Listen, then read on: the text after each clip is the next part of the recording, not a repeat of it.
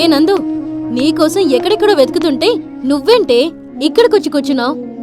ఎందుకో నాకు చాలా డిస్టర్బ్ గా ఉంది. ఎందుకే? తెలీదే. సరేరా, అలా బయటికి వెళ్దాం. ఎందుకే?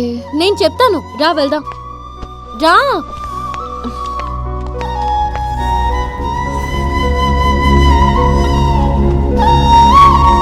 నందు, నాకు సంతోషం వచ్చినా బాధ వచ్చినా నేను ఇక్కడికే వస్తాను.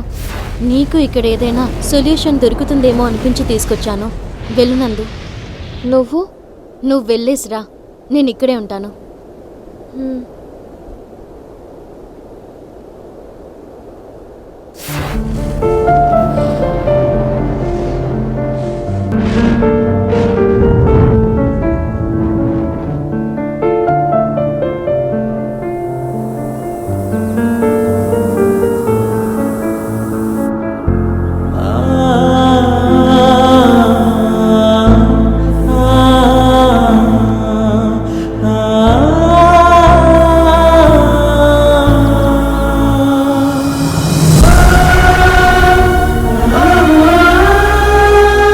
హాయ్ నందు.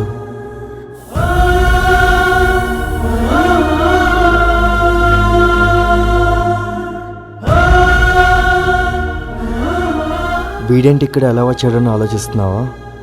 నిన్ను ఈ రేంజ్కి ప్రేమించేవాళ్ళు నేను తప్ప ఇంకెవరుంటారు నందు? ఈ భూమి మీద నిన్ను ప్రేమించడానికి ఎంతోమంది ఉండొచ్చు, కానీ ఆకాశం అంతా ప్రేమించేవాడిని నేను ఒక్కడే నందు. నా ఇన్ని రోజుల ప్రేమ నీకు ఎందుకు అబద్ధం అనిపించిందో తెలియట్లేదు. నా బ్యాడ్ లక్ అనుకుంటా. జీవితంలో మనకి ఏది దొరకాలన్నా ప్రతి ఒక్కటి రాసి పెట్టి ఉండాలి అంటారు. బహుశా నువ్వు నాకు కావాలని ఆ దేవుణ్ణి అడగలేదనుకుంటా, కానీ వచ్చే జన్మలో అడిగొస్తావు. అడిగి రావడం మాత్రమే కాదు, నువ్వే కావాలని రాయించుకొని వస్తాను అందు.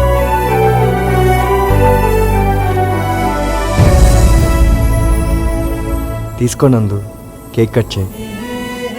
తెలుసు నందు, ఈరోజు నీ బర్త్డే కాదు, నీ బర్త్డేకి ఇంకా 4 రోజులు ఉందని. కానీ అప్పటి వరకు నేను నీతో ఉండను కదా, అందుకే ఇప్పుడే సెలబ్రేట్ చేసుకొని వెళ్దాం అనుకున్నా. కట్ చేయి.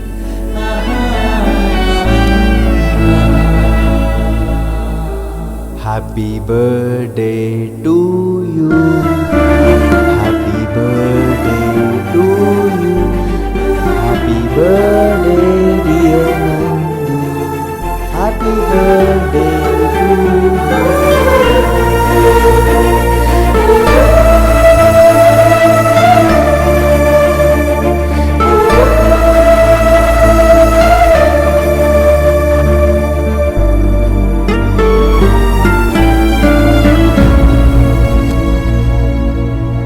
నాకు తెలుసు నందు, నీకు నా ముఖం చూడడానికి కూడా ఇష్టం లేదని.